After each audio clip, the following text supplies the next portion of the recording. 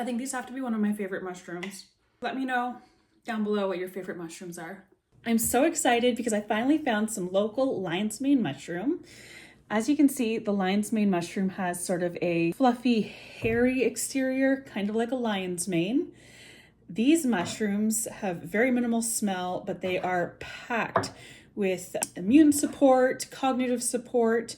They decrease signs or symptoms of anxiety and depression, really help with memory.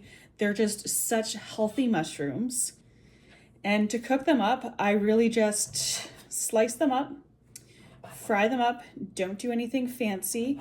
Add a little bit of butter, a little bit of salt, sometimes some soy sauce. But really, these are so good. You can just fry them up and eat them like that and get all of the benefits that they offer. So I cut my mushroom steaks up about 1 inch thick. Mushrooms do tend to have a very high moisture content, and the lion's mane is no different. So what you're gonna do is start with a dry skillet, heat it up over medium-high heat, and you're gonna place these mushrooms in dry. And you want to cook them dry, about 2 to 3 minutes on each side, just so that they're a little bit browned. Now I'm just letting them brown on the other side a little bit. You can see and hear the moisture escaping from them. I'm gonna give it another minute or two. You're gonna do 2 to 3 minutes per side total.